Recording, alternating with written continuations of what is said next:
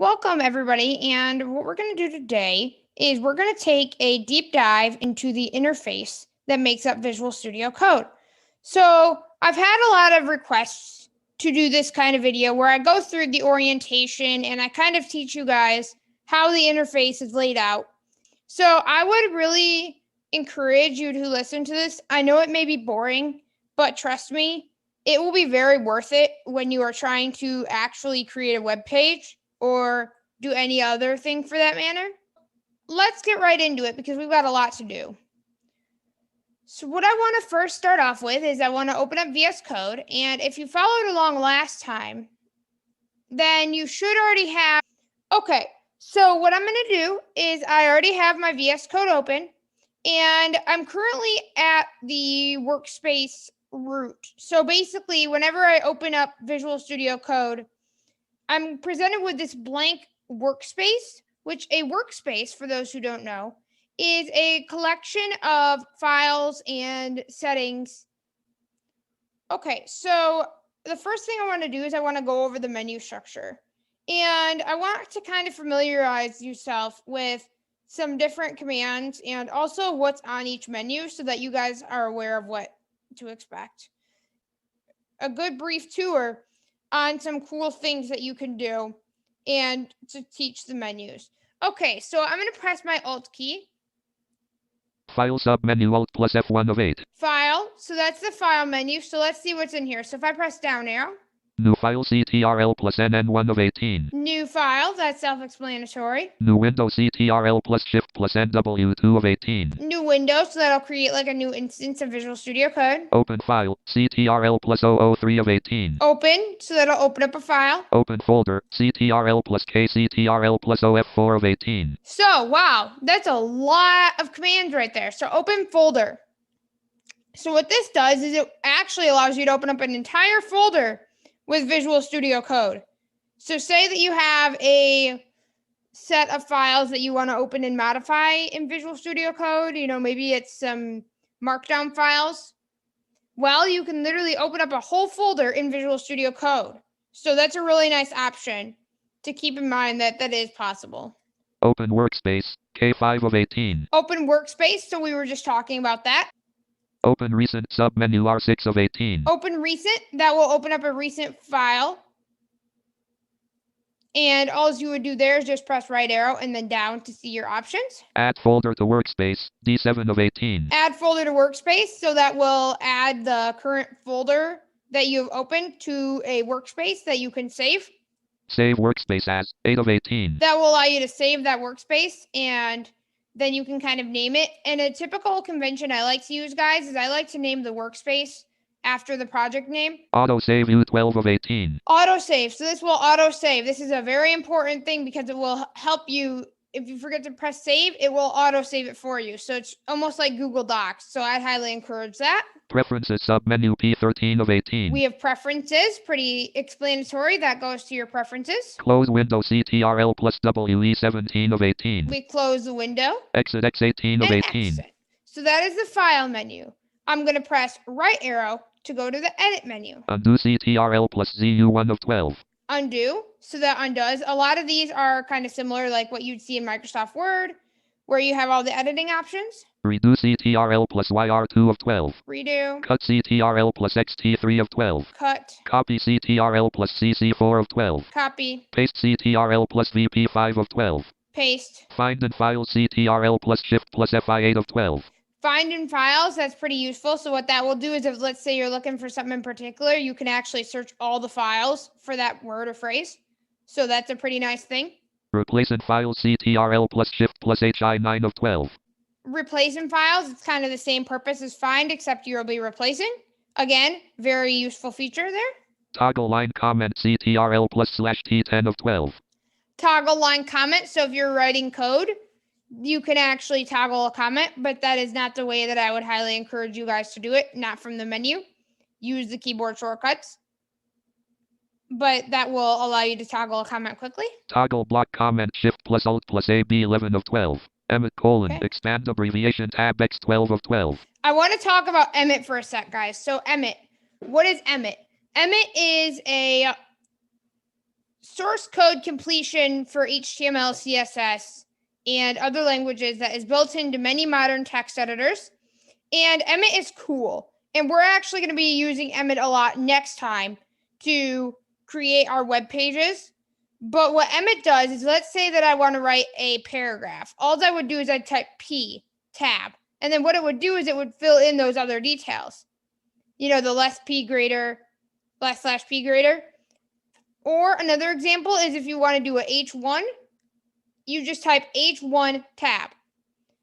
Select all CTRL plus AS1 of 16. I'm going to go to the right to the next menu. Collection submenu Alt plus S3 of 8. And this one is called selection. So these are all about commands regarding selection. So it's really nice because these are different commands that you can use for selecting things. Select all CTRL plus AS1 of 16. Expand selection Shift plus Alt plus right arrow E2 of 16. Sorry guys. Select all. That selects all the text and everything in your document. Expand selection Shift plus Alt plus right arrow E2. Expand selection. Shrink selection Shift plus Alt plus left arrow S3 of 16. Shrink selection. Copy line up Shift plus Alt plus up arrow C4 of 16. Copy line up. So this is really awesome if you want to duplicate a line. Like let's say that you have a line and you need to do it in many, many places, like in a row or whatever. You can actually move lines and duplicate them right in the selection menu, or you can assign custom keyboard shortcuts. Or you could just do it manually, but that's not the best idea, or it's not any fun. Copy line down Shift plus Alt plus down arrow P5 of 16. Same idea there. Copy line down. Move line up Alt plus up arrow V6 of 16. So let's say you want to move a line up. You can press Alt plus up arrow, and you can actually move that line of code up. And then we're going to have the same thing for down. Alt plus down arrow. Move line down Alt plus down arrow L7 of 16. Duplicate selection D8 of 16. Duplicate selection. So this basically duplicates your currently selected selection. Add cursor above CTRL plus Alt plus up arrow a 9 of 16. Add cursor above. I'm not exactly sure what that does off the top of my head. Add cursor below CTRL plus Alt plus down arrow D10 of 16. Same thing there. Not exactly sure. Add cursors to line ends Shift plus Alt plus IU11 of 16. Not sure there. Add next occurrence CTRL plus DN12 of 16. Add previous occurrence. Select all occurrences CTRL. Switch to CTRL plus click for multi-cursor 15 of 16. Column selection mode S16 of 16. Okay, so those are the rest of those. Like I said, some of those I've never even really heard of. I haven't really used. But those are kind of your options. Now we're going to go right arrow to our next menu. Command view submenu. And our next menu is view. So view is kind of really important. And I'm going to kind of go through this step by step so that you guys kind of know what's in each of these items. Command palette. CTRL plus Shift plus PC1 of 18. Command palette. Let's talk about this, guys. So the command palette, what that does is it allows you to do any action that you could dream of in Visual Studio Code. And what I mean by that is it literally has all of the commands that you will ever need for all of the extensions that you have. And what it will do is it'll pull up in a area. And what will happen is you can type to narrow down what command you want to execute. So if you don't know a keyboard command, you can go into that command palette. Let's say I want to find notifications. I could type notifications, and any command that relates to notifications will be displayed, and I just press down arrow to see those commands. Or if there's not even a keyboard command assigned to them. The command palette is how you will get to a lot of things that you need to navigate quickly. So understand, if you don't learn anything from this video today, Control-Shift-P or Command-Shift-P is going to be your very best friend. Open view, O2 of 18. Open view. Appearance submenu A3 of 18. Editor layout submenu L4 of 18. Editor layout. Explorer CTRL plus Shift plus EE5 of 18. Explorer. So this is really important also. So what this does is it allows you to navigate your folder structure in Visual Studio Code, almost like a Windows Explorer folder structure. And so it allows you to open folders, make folders, delete folders, and it's kind of like a mini Windows Explorer for your Visual Studio Code. So that's the Explorer view. Very important that you get familiar with that command also. Control-Shift-E. Search CTRL plus Shift plus FS6 of 18. Search. SCM CTRL plus Shift plus GGC7 of 18. SCM, I'm not sure. Run CTRL plus Shift plus DR8 of 18. That run. Extension CTRL plus Shift plus XX9 of 18. Okay, so what that does is it allows you to install extensions, and extensions extend the functionality provided by VS Code natively. TRL plus Shift plus UO10 of 18. Output, that goes to the output console. Debug console CTRL Debug. plus terminal CTRL Terminal. plus TT12 of 18. So terminal is very important because that's the integrated terminal. So that's how you can do things that require a terminal in Visual Studio Code. Problems CTRL plus Shift plus MP13 of 18. Problems, that goes to your errors for your code. So pretty important there. If you want to see what's wrong with your code, go to the problems view. Toggle word wrap alt plus ZW14 of 18. Word wrap. Show minimum checked M15 of 18. I'm not sure what that is. Show breadcrumbs check B16 of 18. Subview go sub. Okay, next is go. Switch go to file. Go to symbol and workspace. So W7 of. Go basically allows you to go to different places. So whether it's a file, a folder, a workspace. So the go you can kind of think of as you're going to go somewhere. Go to line slash col. Go to bracket CTRL plus Shift plus backslash B15 of 19. Go to bracket. Next problem F8 P16 of 19. You can go to your next problems. Previous problem Shift plus F8 P17. Next change Alt plus F3 C18 of 19. If you're working with Git, you can actually go to the next change. So if you have a team member, so that's pretty nice. I like that. And again, that's on the go menu. Previous change Shift plus Alt plus F3 C19 of 19. Okay. So I'm going to now go to our next menu. Unsub menu Alt plus R6 of 8. So this is our run submenu. And what this contains is options, you guessed it, to run your code. So let's explore what this has to offer. Start debugging F5S1 of 16. Debugging, we're going to be talking about debugging a lot later on. But that is kind of a nice thing there. We can actually start debugging. But again, we won't talk about that for a while. Run without debugging CTRL plus F5W2 of 16. Run without debugging. Add configuration, D6 of 16. So you can configure like debuggers and other options here. Toggle breakpoint F9B11 of 16. You can actually toggle breakpoints. And what breakpoints are, is they basically allow you to put points at which the code will stop executing. So say you have a problem, you can kind of put breakpoints to kind of diagnose the problem at hand for debugging. And again, we'll have a whole section on debugging, so don't worry if none of this makes sense. New breakpoint submenu N12 of 16. New breakpoint. Enable all breakpoints E13 of 16. Enable all breakpoints. Disable all breakpoints L14 of 16. Disable. Remove all breakpoints of 15 of 16. Remove. Install additional debuggers, I16 of 16. So what that does is it actually allows you to install more debuggers from the marketplace. So what it does is it automatically searches the extension marketplace for debuggers, and then it will show you a list of debuggers so that you can install. So that's pretty cool. I'm going to go right arrow now. New terminal CTRL plus Shift plus Grav N1 of 11. And that is the terminal submenu. So new terminal. Run task, R3 of 11. Wait. Terminal submenu Alt. Yep. Run selected text S6 of 11. Selected text, so you could run like selected text in a terminal. Configure tasks, C10 of 11. Tasks, we're going to talk about those probably later on. Basically, it allows you to configure how different ways of running things. And yeah, we're going to talk about that later on. New terminal CTRL plus Shift plus terminal help submenu Alt plus H8 of 8. Open and about it. Welcome W1 of 16. And keyboard introductory tips and trick. Join us on search feed report issue view license privacy state toggle develop open help submit. Okay, so remember how I was saying that last time? You can actually get that welcome dialog back, and you can actually do that from the help menu. So we just explored all of our options. Okay, so our tour of our menu is done, but we have a lot more to explore. So I want to talk about navigation for a minute. And navigation is really important because what navigation does is it allows you to actually navigate an app. Now, as you guys probably know, this is a web application, and it's made in a framework called Electron. And Electron is a framework made by GitHub. And what it is it allows you to write native platform independent apps using your favorite web technologies And a lot of companies are jumping on this bandwagon because their web developers already know how to make websites. And now they can make web apps and desktop apps to support.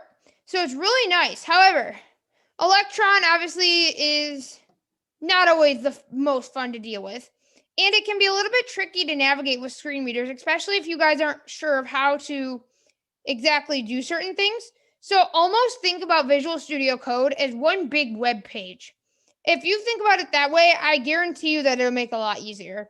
So what I mean by this is that you still have your heading, your link, your button, your combo box commands, your checkboxes, your radio buttons.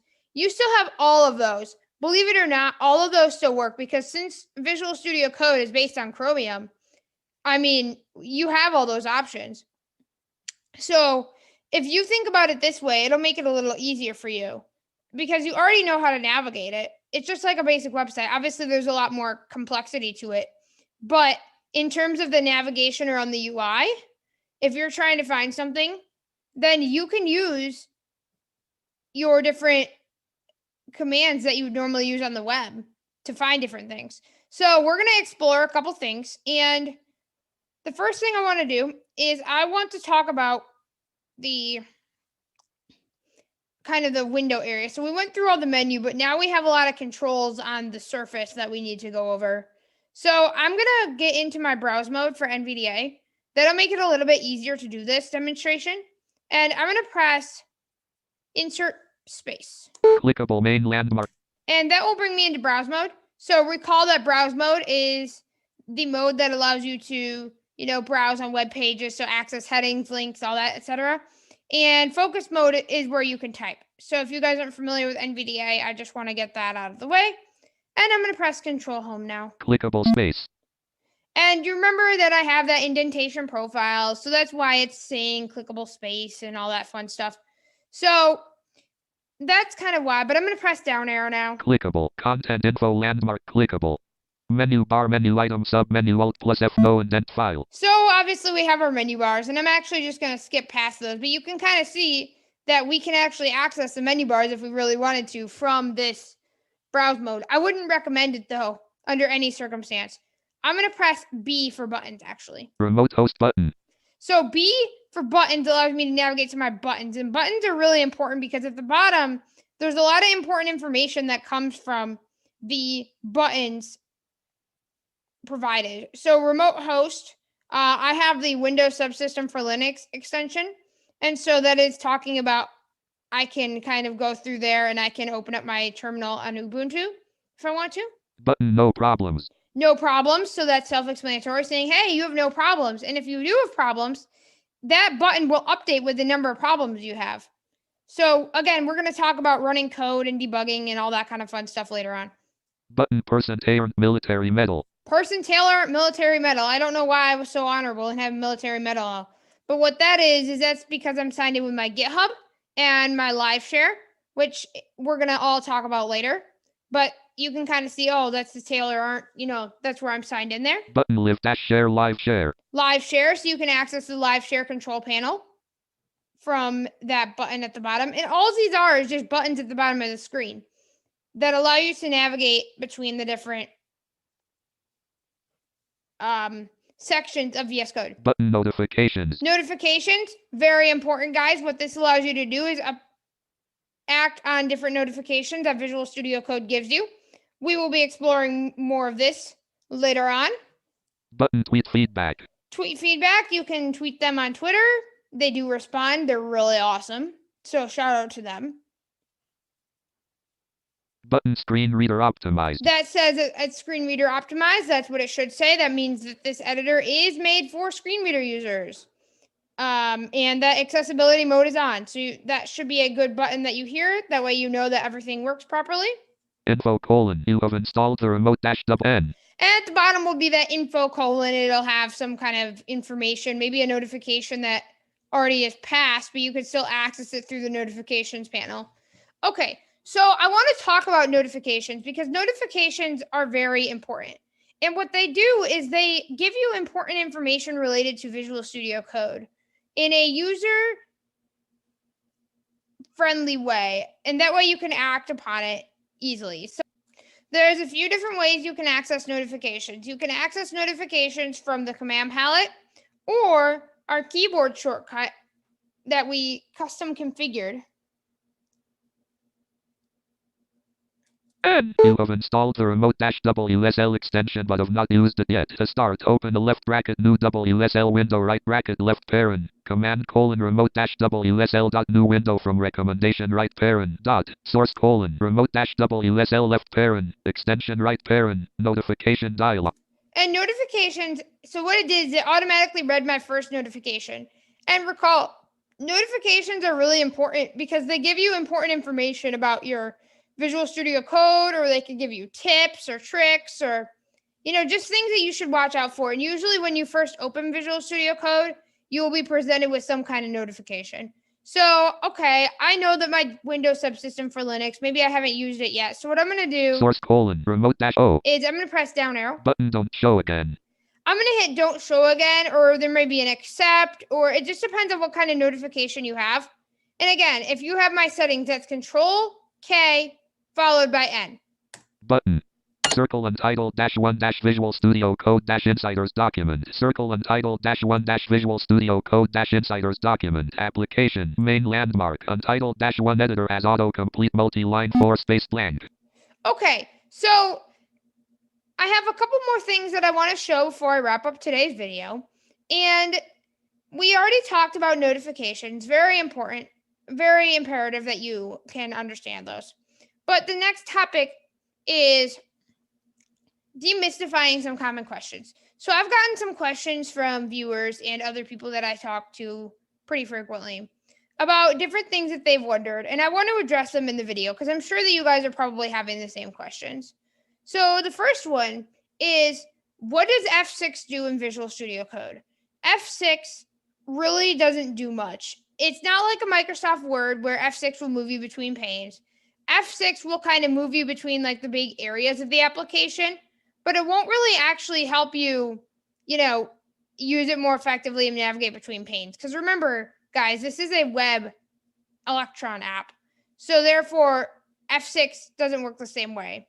And then another question I get is, well, how do I navigate between open editors?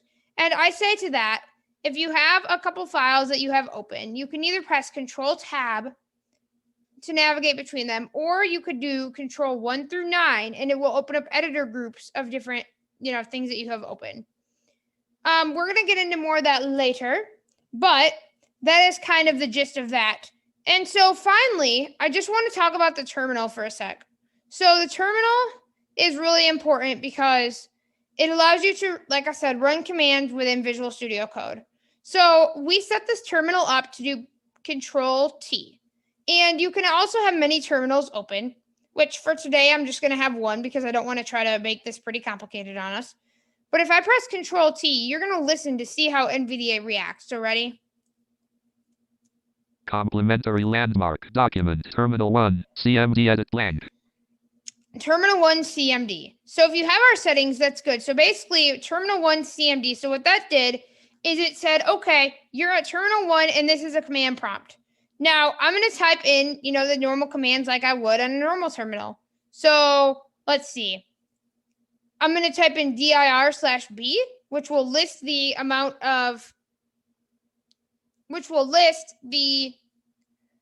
files and folders in my directory. D-R-I-R-D. Caps lock off. D-I-R-B. Too much output to announce. Navigate the rows manually to read. Accessibility. Properties. Bash line history.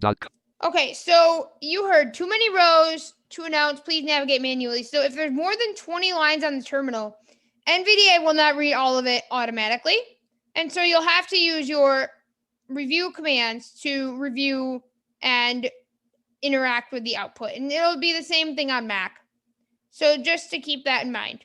Okay, so I think that'll do it for today's tutorial. And next time, I promise, we will do a web page.